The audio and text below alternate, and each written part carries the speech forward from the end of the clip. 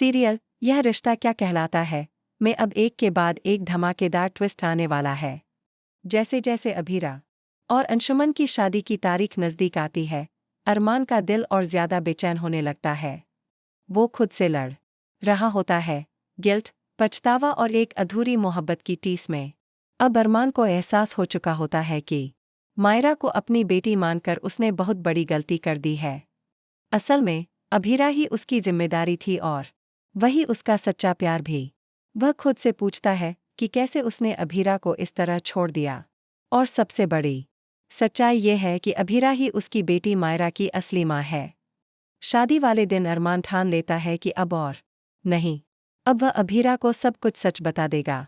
शादी की हलचल चल रही होती है, हर तरफ रौनक होती है, मेहमान मौजूद होते हैं।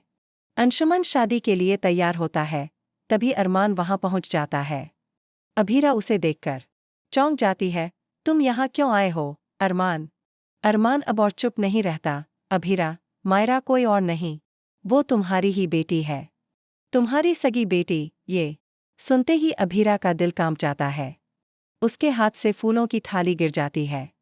वह फौरन मायरा की तरफ दौड़ती है, उसे गले लगाकर कहती है, तुम ही मेरी पक्की हो बेटा, मेरी बेटी। मायरा यह सुनकर हक्की बक्की रह जाती है। नहीं नहीं, मैं गीतांजलि यानी गीतो मम्मा की बेटी हूँ। लेकिन अरमान और अभीरा मिलकर मायरा को सारा सच बताते हैं।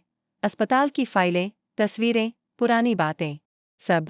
धीरे धीरे जब मायरा को सब याद आने लगता है तो वह टूट जाती है।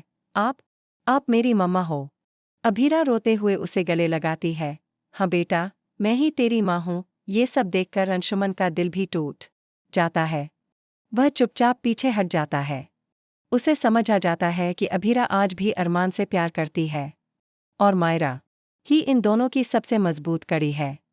अगर ये तीनों एक हो सकते हैं तो शायद यही इनका मुकम्मल परिवार।